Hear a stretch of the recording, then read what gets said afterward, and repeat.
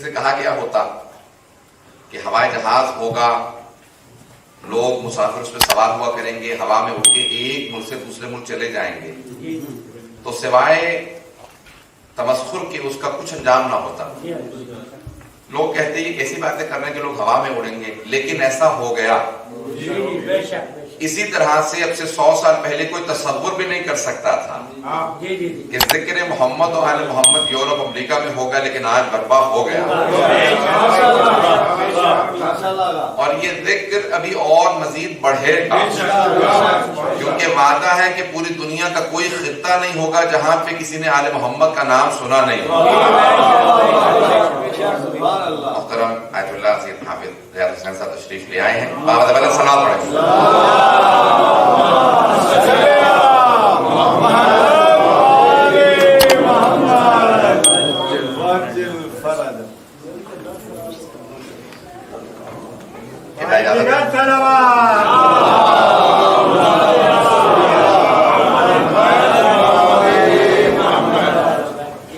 اتنے علماء کی موجودگی میں اور خصوصاً بے انتہا محترم ہستیوں کی موجودگی میں پڑھنا بہت زیادہ مشکل ہوتا ہے۔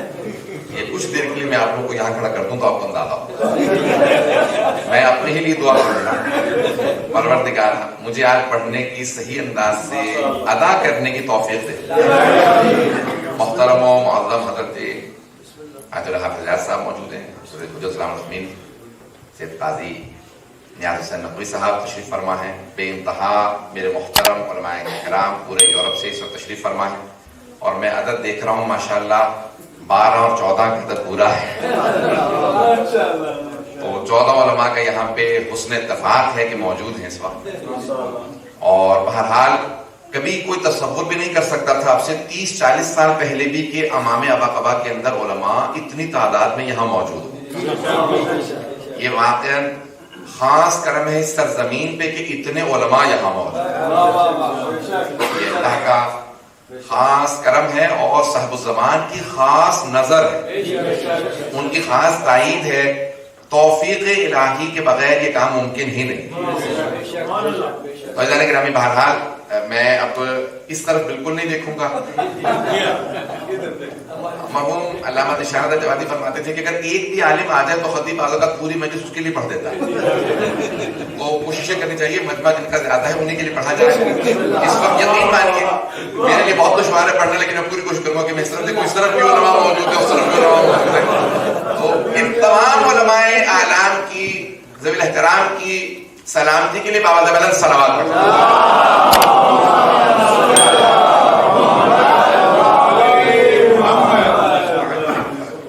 بہرحال کیونکہ ہمارے بہت سے نوجوانوں کا اندازہ نہیں ہوگا، یہاں پہ بہت بڑے بڑے خاندانوں کے چشم چراغ ہیں جن کی خدمات بہت زیادہ ہیں، اور ان کی خدمات کو کبھی بھی سرزمین پاکستان فراموش نہیں کر سکتے کہ پروردگار ان کی توفیقات میں اضافہ فرمائے، ان کا سایہ ہمارے سر بقائے بتائیں۔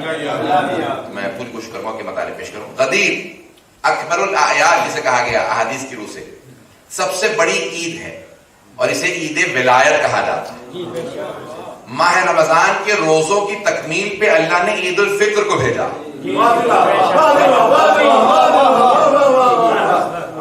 حج کی تکمیل پہ اللہ نے عید الاضحیٰ کو بھیجا،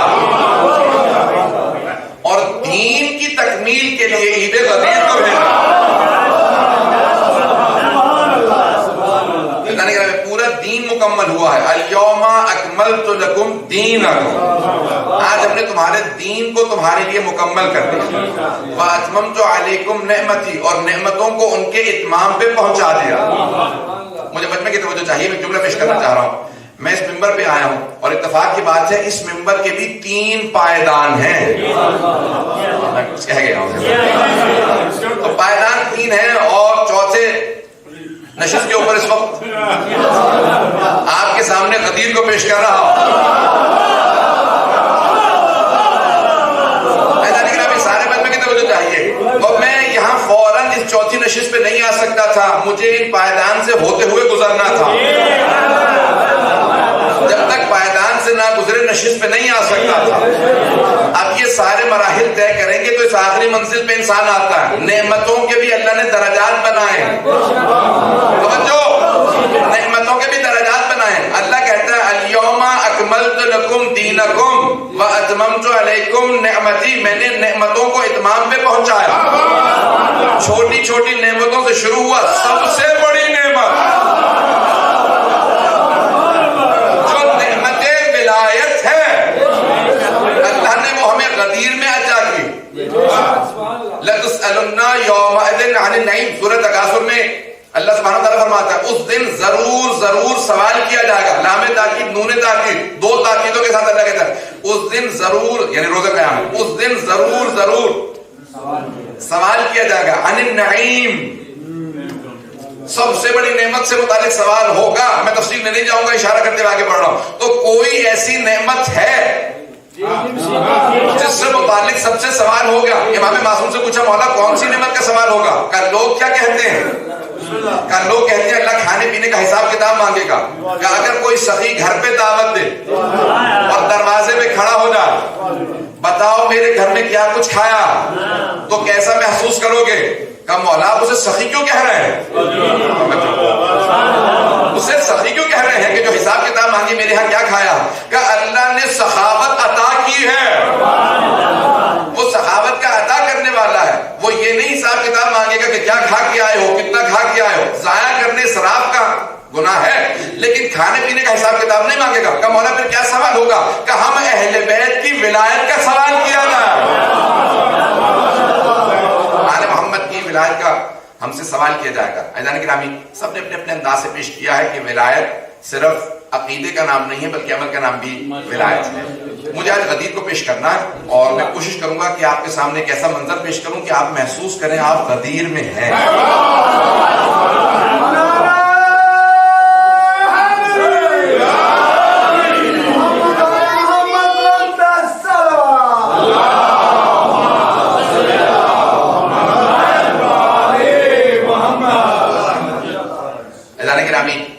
یا ایھا الرسول بلغ ما انزل الیک من ربک فإن لم تفعل فما بلغت رسالتہ.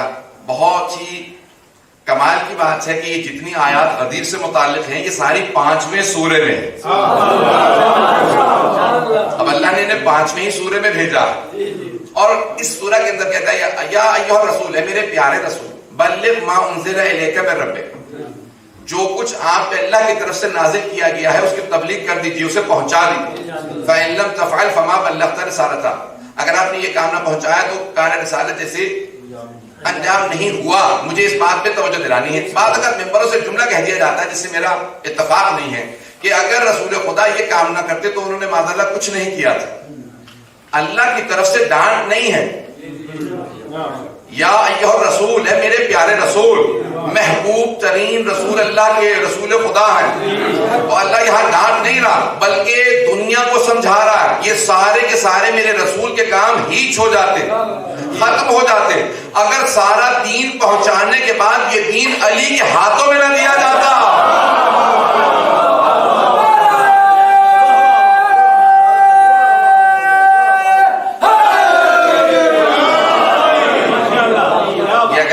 جناب امیر کے ہاتھ میں نہ دیا جاتا تو پھر یہ دین ساری زحمتیں تمام ہو جاتی ہیں, ختم ہو جاتی ہیں, زحمتیں حدر ہو جاتی ہیں. اگر پیغمبر اسلام وہاں نہ پہنچاتے کہ جو دین کا وارث ہے, جو دین کا سنبھالنے والا ہے, تو یہ ڈانٹ نہیں ہے بلکہ اس پیغام کو پہنچانا مقصود ہے. میں تفصیل میں نہیں جاؤں گا. تو یا ایھا الرسول بلغ ما انزل الیک من ربک, حبیب خدا پہ آیت نازل ہوئی, میرے ساتھ چلیں گے. خدا کی قسم میں پوری کوشش کر رہا ہوں اس وقت میرے سامنے نقشہ بنتا چلا جائے اور میں آپ کے سامنے پیش کرتا چلا جاؤں. حبیب خدا نے ایک مرتبہ غدیر, ابھی آپ کے سامنے بچوں نے, مولانا نے بہت محنت کی, میں بہت واقعا ان کے لیے دل سے دعا کر رہا تھا کہ چھوٹے چھوٹے بچوں کو 40 احادیث حفظ کروائیں. مولانا حسین نقوی صاحب نے اور چھوٹے چھوٹے بچے آپ کے سامنے سنا کے گئے ہیں کہ میں گن رہا تھا باقاعدہ بیٹھ کے مسلسل اپنے پوروں کے اوپر کی کتنی احادیث. تو ابھی آپ نے پوچھا غدیر جہاں پہ پانی جمع ہو, تفصیل میں نہیں جاؤں گا. خم کے مقام پہ حبیب خدا پہ آیت نازل ہوئی. حبیب خدا نے جیسے آیت نازل ہوئی, جو صحابہ ہیں قریب میں تھے ان سے فوراً کہا کہ مجمع کو جمع کرو, جو آگے چلے گئے ہیں ان سے کہو واپس آئیں, جو پیچھے رہ گئے ہیں ان سے کہیں آگے آئیں. انگریزی کے ایک لفظ ہے اسے کہتے ہیں جنکشن. کچھ لوگ پہنچ گئے اور مجھے سارے مجمع کی خاص توجہ چاہیے سے ایک مطلب کہ میں نے بڑی اس میں محنت کی اور میری اپنی فکر کا نتیجہ اگر علماء کے دل کو لگے تو دعا ضرور دیجیے گا. جنکشن جیسے آپ اردو میں کہتے ہیں چوراہا, جہاں پہ کئی راستے, چورنگی چوراہا, جہاں راستے جمع ہوتے ہوں, راستے متفرق ہوتے ہوں, جہاں سے کئی راستے نکلتے ہوں اسے چوراہا کہا جاتا ہے. انگریزی میں اسے جنکشن کہتے ہیں. ایک جنکشن پہ کئی راستے نکل رہے ہوتے ہیں. تو غدیر جنکشن ہے. کوئی آدمی خاموش نہیں رہے گا جب میں بات مکمل کر لوں گا. غدیر ایک جنکشن کا نام ہے, ایک چوراہے کا نام. حبیب خدا نے کہا دیکھو یہاں سے سب الگ الگ راستوں پہ جا رہے ہیں. مکے سے آئے تھے, یمن جانے والا غدیر سے یمن جا رہا, مدینے جانے والا غدیر سے مدینے جا رہا, فلسطین جانے والا غدیر سے فلسطین جا رہا, عراق جانے والا غدیر سے عراق جا رہا, ایران جانے والا غدیر سے ایران جا رہا. پتہ نہیں توجہ ہے یا نہیں؟ تو غدیر چوراہا تھا جہاں سے راستے نکل رہے تھے. عزیزان گرامی, اس زمانے میں چوراہا تھا جہاں سے راستے نکلتے تھے, اور آج عقیدوں کا چوراہا ہے, عقیدوں کا جنکشن ہے. مجمع کی توجہ, میں پورا خونِ جگر دے رہا ہوں, سارے مجمع کی توجہ چاہیے, خونِ جگر پیش کر رہا ہوں. عزیزان گرامی, عقیدوں کے جنکشن کا نام, عقیدوں کے چوراہے کا نام غدیر ہے. جہاں سے عقیدے پلٹ جاتے ہیں وہ غدیر ہے. پیغمبر فرما رہے تھے جو آگے چلے گئے واپس آئے, جو پیچھے رہ گئے وہ آگے آئے, سب غدیر پہ جمع ہو گئے. عقیدے کا چوراہا غدیر ہے. جو غدیر سے آگے گیا اور اس نے کہا علی اللہ ہے, واپس آئے.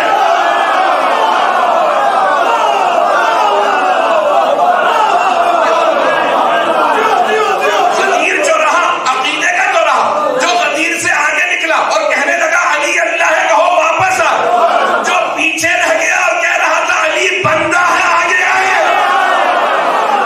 نہ علی اللہ ہے نہ علی بندہ ہے, علی مولا ہے.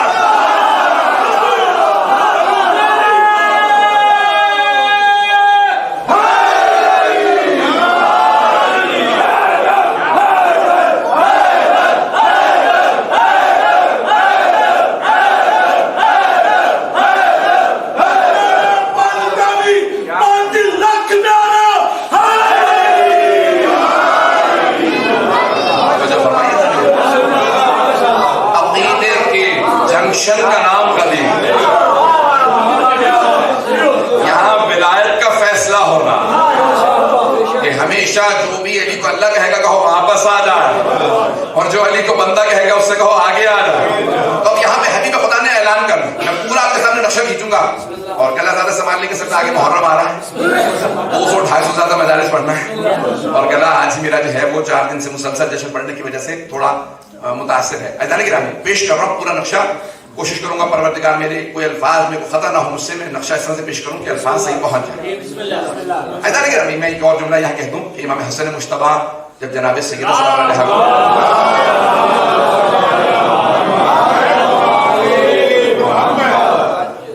ہر روز احادیث نبوی اپنے نانا کی حدیث سنایا کرتے تھے, تو جناب سیدہ جناب امی سے کہتی تھی کہ ہمارا بیٹا حسن 3 برس کے سن میں بڑی فصاحت کے ساتھ نانا کی حدیث کو بیان کرتا ہے. مولا نے کہا میں سننا چاہتا ہوں اپنے بیٹے کو. تو جلدی آئے اور آنے کے بعد دروازے کے پیچھے چھپ رہے, اور جناب امام حسن مجتبیٰ جیسے ہی انہوں نے حدیث کو بیان کرنا شروع کیا, اب علماء کی موجودگی میں جسارت کر رہا ہوں, تو امام حسن مجتبیٰ کی زبان میں لکنت سی آنے لگی. تو فوراً کہا مادر گرامی لگتا ہے مجھ سے کوئی زیادہ باعظمت موجود ہے, مجھ سے کوئی زیادہ باعظمت موجود ہے, کیونکہ میری زبان میں لکنت آ رہی ہے. فوراً جناب امیر باہر آئے, امام حسن نے مجتبیٰ کو گود میں لیا, آغوش میں لے کے اتنا چوما, اتنے بوسے دیے, کہا بیٹا وہی عصمت جو اللہ نے ہمیں عطا کی ہے آپ میں پوری موجود ہے. میں اپنے سادہ سے الفاظ کے اندر الفاظ کو رد و بدل کر کے بالکل کوشش کروں گا تاریخ کا پورا نقشہ پیش کروں. عزیزان گرامی, غدیر آپ کی آنکھوں کے سامنے موجود ہوگی. ابھی آپ محسوس کر رہے ہوں گے کہ آپ میدان غدیر میں ہیں, نقشہ بنتا چلا جائے گا. حبیب خدا نے صحابہ سے کہا یہاں پہ ممبر لگایا جائے, مجھے اعلان کرنا. اب میرے سامنے اس وقت 150-200 افراد زیادہ موجود تو نہیں ہوں گے. عزیزان گرامی, تو کتنا بڑا ممبر ہے,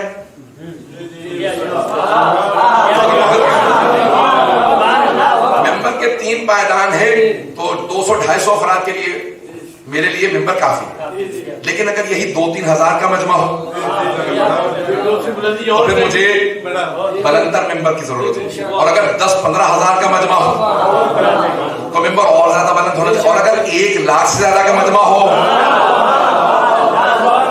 بھائی ایک تو مجمع زیادہ تھا اس لیے بھی پیغمبر فرما رہے تھے ممبر اونچا ہونا چاہیے، اور دوسرے ذکر بھی کسی علی کا تھا. حبیب خدا نے کہا میرے لیے ممبر بنایا جائے. پیغمبر اسلام کبھی بھی یہ نہیں کہا کرتے تھے کہ میں چاہتا ہوں کہ دیکھا جاؤں، لوگ مجھے دیکھیں. لیکن آج پیغمبر بار بار تاکید کر رہے ہیں اتنا اونچا ممبر بناؤ جتنا مجمع ہے کہ سارا دیکھے، کیونکہ آج سنانا کافی نہیں ہے، دکھانا ضروری ہے. آج دکھانا بہت ضروری ہے.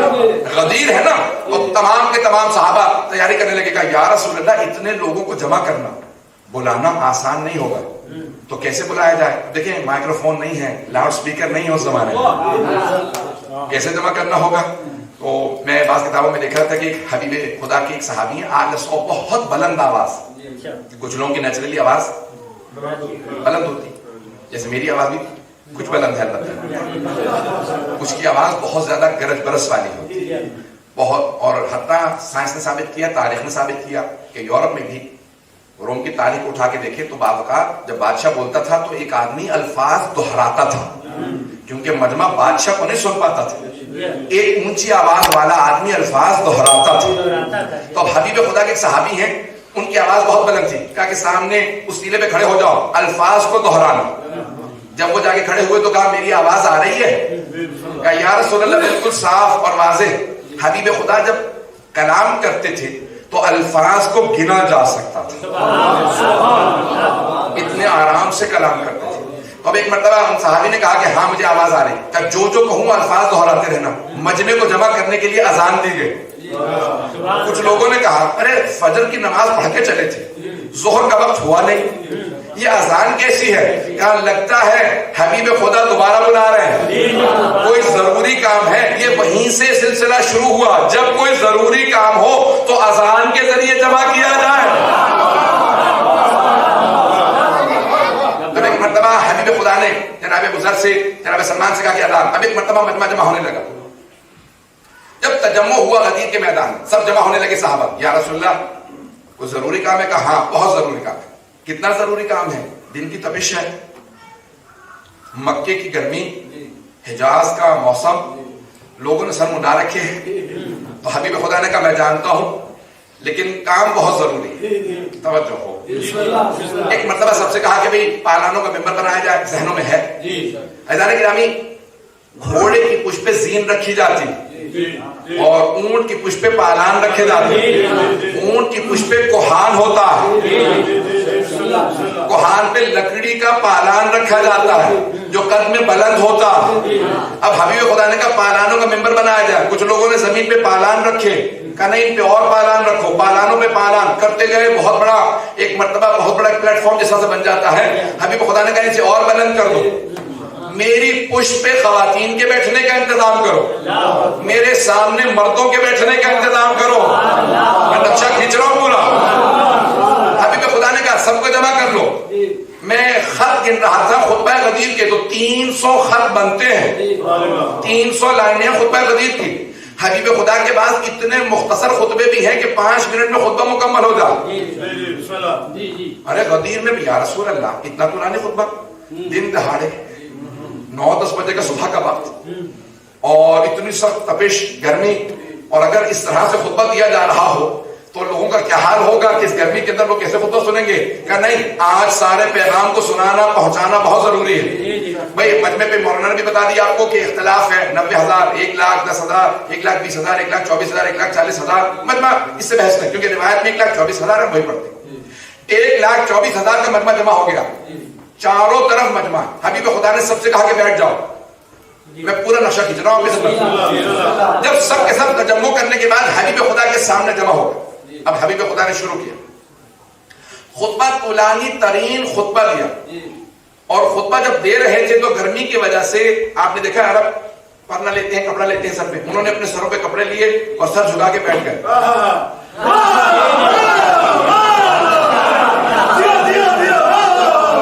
اس زیادہ تفصیل میں نہیں جاؤں گا. سروں پہ کپڑے لیے اور سر جھکا کے بیٹھ گئے. کچھ لوگ ویسے دیکھنا نہیں چاہ رہے تھے، کچھ کو شکوہ یہ تھا گرمی بہت زیادہ، کچھ لوگ بہت دور تھے کہ مجھے نظر نہیں آ رہا سامنے کیا ہو رہا. کس نے کہا مجھے آواز نہیں آ رہی. ایک صاحب نے کہا روشنی بہت زیادہ، مجھے نہیں معلوم سورج کی روشنی زیادہ تھی یا محمد و علی کے چہروں کا نور زیادہ تھا. اب ایک مرتبہ میں نے آپ کے سامنے سادہ سا خاکہ کھینچا. جب سب جمع ہو گئے، اب حبیب خدا نے خطبہ جب شروع کیا تو حمد باری تعالیٰ سے خطبے کو شروع کیا. یہ تمام تاریخ توحید کو پورا بیان کیا. اس کے بعد ایک مرتبہ تفصیل سے بیان کرنے کے بعد کہا اے لوگو کیا گواہی دیتے ہو کہ میں نے اللہ کے پیغام کو تم تک پہنچا دیا؟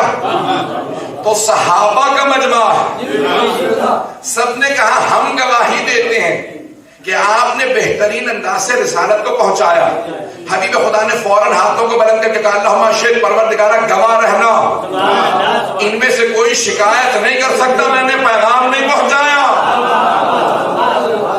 روک کے ایک بات کہوں گا، آج بہت سے لوگوں نے غدیر کے خلاف قلم اٹھائے اور وہ کہتے ہیں کہ حبیب خدا نے صاف اور شفاف الفاظ میں اعلان خلافت و ولایت نہیں کیا. وہ اعتراض میں یہ لکھتے ہیں اور اپنے آپ کا دعویٰ یہ کرتے ہیں ہم صحابہ کے ماننے والے. وہ کہتے ہیں پیغمبر نے غدیر میں اعلان خلافت و ولایت کھل کے نہیں کیا، پیغمبر نے سارے صحابہ سے گواہی لی کیا میں نے رسالت کو پہنچا دیا. سب نے کہا ہم گواہی دیتے ہیں. آپ سے بہتر کوئی رسالت پہنچا نہیں سکتا تھا. جب سب سے گواہی لے لی تو کہا اللہم شہد پروردگارہ گواہ رہنا. میں اب یہ واضح کرنا چاہوں گا، یہ شبہہ ذہن میں رکھیے گا، میں اس کا جواب دینا چاہتا ہوں. ذہن میں شبہہ ہے، میں بھی جواب نہیں دینا، جواب دوں گا. حبیب خدا نے ایک مرتبہ سارے مجمع کے درمیان طولانی ترین خطبے میں تفصیل سے بتایا میں نے دین کو پہنچایا، قرآن کو پہنچایا، یہ فروعات پہنچایا، نماز سب کے احکام ایک مرتبہ دہرایا کہ اللہ شد. اور اس خطبے میں کم از کم 3 مرتبہ 12ویں امام کا نام لے کے بتایا.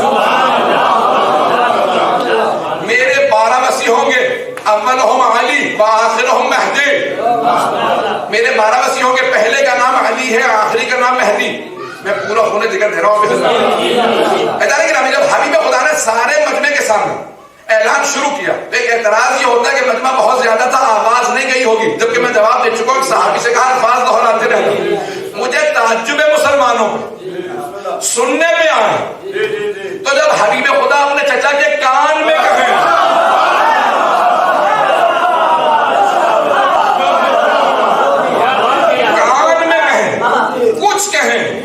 تو سب کہیں کہ کہاں کا چچا جان کلمہ پڑھ لیجیے. سننے پہ آتے ہیں تو کان میں کہیں بات سن لیتے ہیں، اور جب نہیں سننا چاہتے تو غدیر کا چیخ چیخ کے اعلان ہو رہا. نہ سننے پہ آئے تو غدیر کا اعلان نہ سن. تو ایک مرتبہ حبیب خدا نے اعلان کیا. اب میں نے پورا نشر کھینچ دیا، الفاظ سن لیجیے گا. ایک مرتبہ سارے صحابہ کے سامنے حبیب خدا نے کہا الستو اولی بکم من انفسکم. کون کہتا ہے کہ لفظ مولا کیونکہ واضح نہیں تھا استعمال نہیں کرنا چاہیے تھا کیونکہ 17 معنی لکھیے واضح معنی. میں کہتا ہوں نہیں، پیغمبر نے پہلے معانی بتائے، میں کس معنی میں استعمال کر رہا ہوں، پھر لفظ مولا استعمال کیا. نہیں پہنچا سکتا. الستو اولی بکم من انفسکم، کیا میں تمہارے نفسوں پہ تم سے زیادہ اختیار نہیں رکھتا؟ قالوا بلا، نام نہیں کہا، قالوا بلا، بے شک. یعنی پچھلے جو آپ نے کہا ہے وہ بالکل ویسا ہی ہے جیسا آپ نے کہا. آپ ہمارے نفسوں پہ ہم سے زیادہ اختیار رکھتے ہیں. بھئی یہی قرآن کے اندر بھی آیا تھا النبی اولی بالمؤمنین من انفسہم. نبی مومنوں کے نفسوں پہ ان سے زیادہ اختیار رکھتے ہیں، یعنی اولی بالتصرف ہیں. میں اپنے نفس پہ بہت سے اختیارات نہیں رکھتا. آگ میں جانا چاہوں تو اپنے آپ کو جلا نہیں سکتا، اگر مر گیا تو خودکشی ہوگی. اپنے آپ کو چھت سے گرا نہیں سکتا، گر کے مر گیا تو خودکشی ہوگی.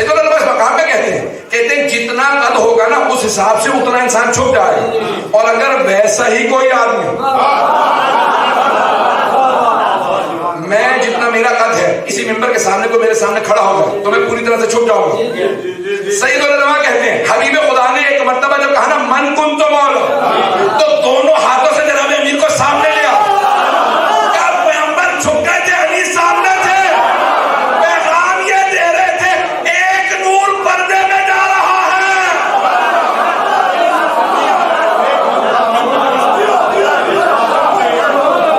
ایک نور پردے میں جا رہا یعنی محمد رسول اللہ باقی رہے گا لیکن آج سے علی ولی اللہ ختم نبوت کی دلیل بن رہا ہے.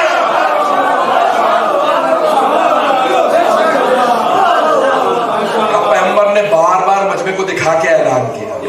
اب سب کے سب سوال کرنے لگے کہا کون سے علی؟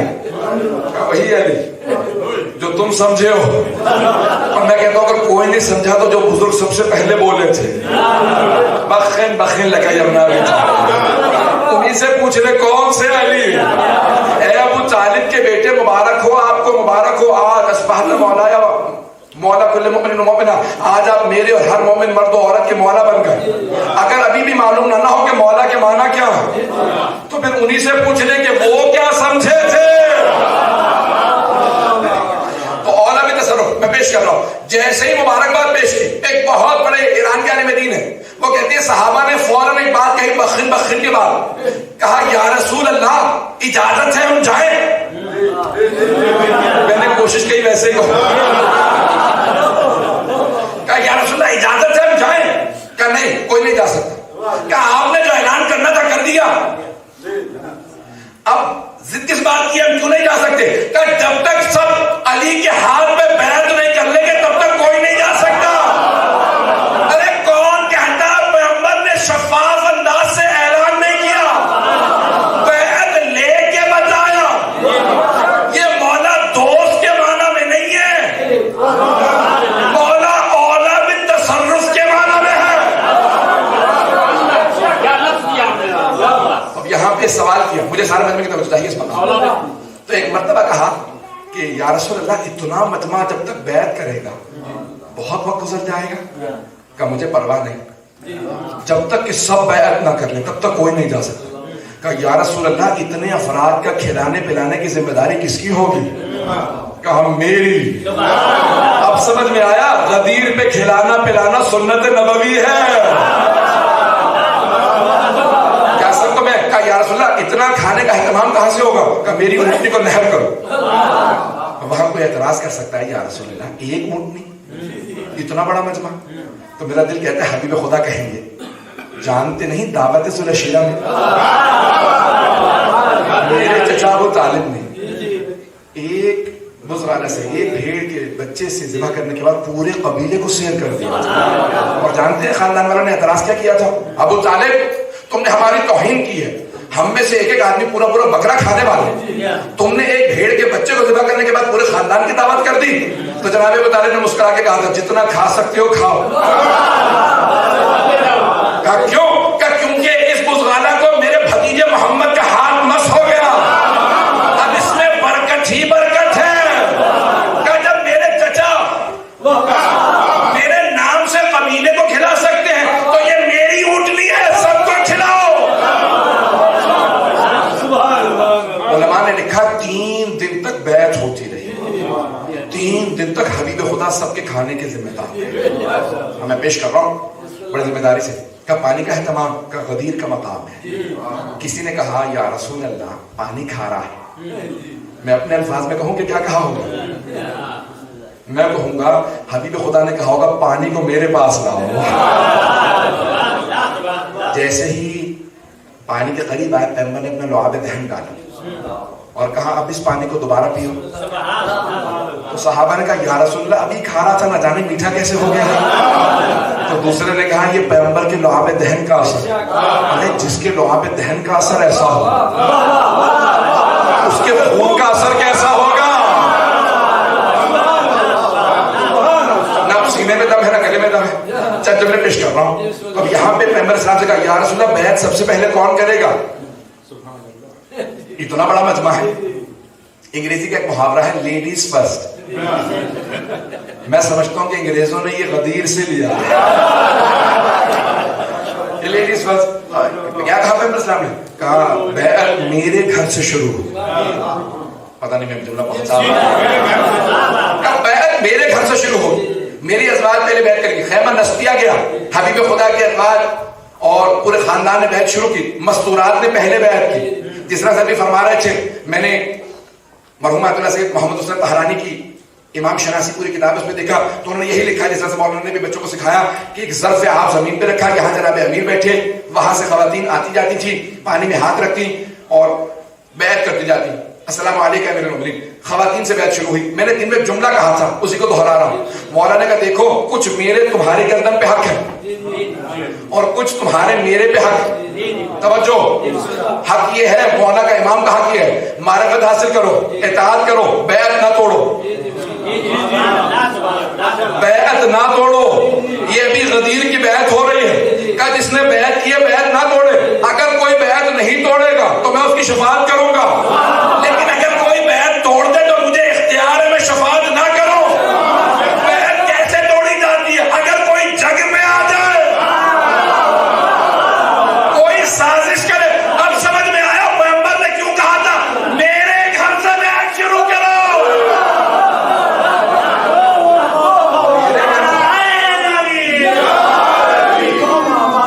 میرے گھر سے بیعت شروع.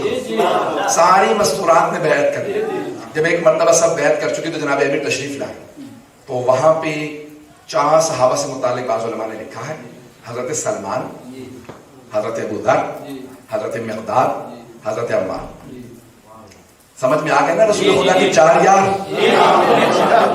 بات پہنچ رہی ہے. تو اب یہ 4 جلیل القدر, سب سے رسول خدا صلی اللہ علیہ وسلم کے سب سے جلیل القدر صحابہ, انہوں نے کہا بھائی اتنے مجمع نے بیعت کرنی ہے, اگر جناب امیر کھڑے رہیں گے اور سب سے بیعت لیں گے تو جناب امیر تو دھوپ میں کھڑے رہیں گے. تو انہوں نے جا کے خیمہ نصب کیا. توجہ ہو, خیمہ نصب کیا اور وہاں پہ فوراً کہا کہ جناب امیر اس کے سامنے کھڑے ہوں کے بیعت لیں گے. جملہ پیش کر رہا ہوں اور اسی پہ تمام کر دوں گا. چند جملے مباحثہ سے متعلق پیش کروں گا. ہے وقت میرے پاس؟ 15 منٹ ہے. مجھے مباحثہ کے متعلق چند جملے پیش کرنا. ایک مرتبہ بیعت شروع ہوئی. کچھ افراد مسلسل پریشان تھے, کیا کریں, کھانا پینا تو چل رہا ہے لیکن بیعت تو ہو گئے.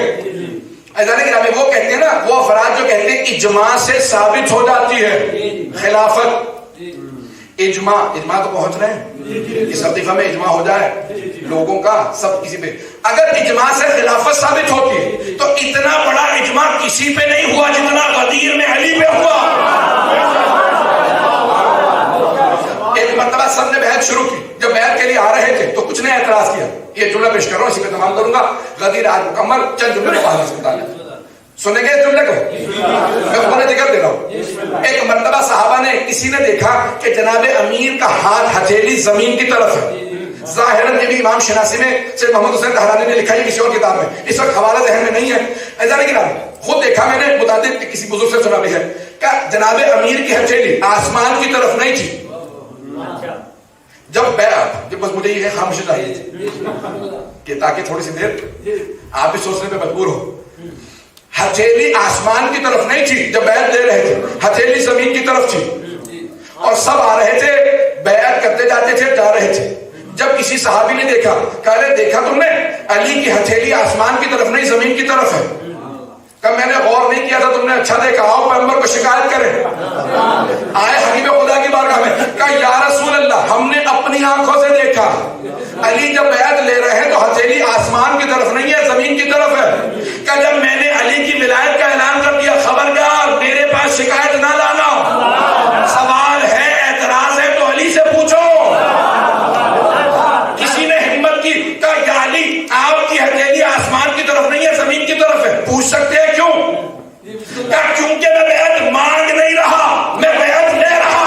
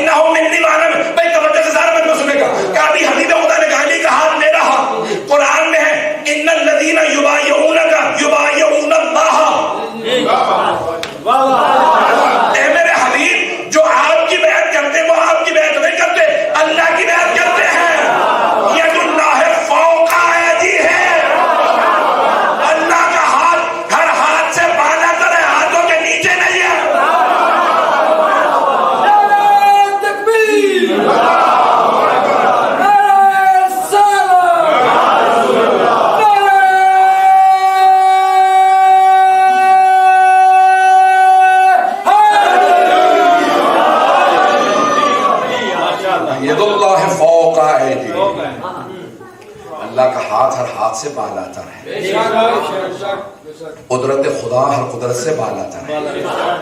ہم جسم و جسمانیت کے قائل نہیں ہیں. عزیزان گرامی یہاں پہ غدیر ابن شہراشو کہتے ہیں 3 دن تک لوگ بیعت کرتے رہے اور پھر خوشی خوشی چلے گئے. بیعت کی خوشی نہیں تھی, جانے کی خوشی. 14 افراد بیٹھ کے رو رہے تھے. جب سب چلے گئے تو 14 افراد بیٹھے رو رہے.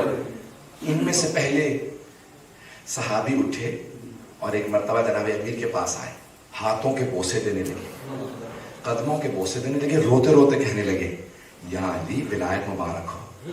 مولا نے سینے سے لگایا, کہا سلمان تمہیں بھی مبارک ہو. پتہ نہیں پہنچے یا نہیں.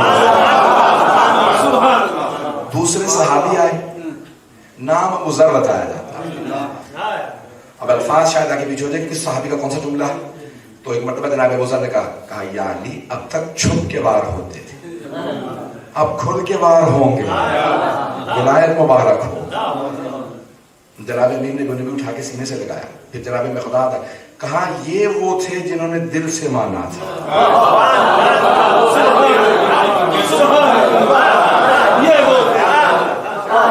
پتہ چلا ولایت رکھنے سے کتنی بڑی آزمائشیں آتی ہیں. بات پہنچی, دل سے تسلیم کرنا ولایت.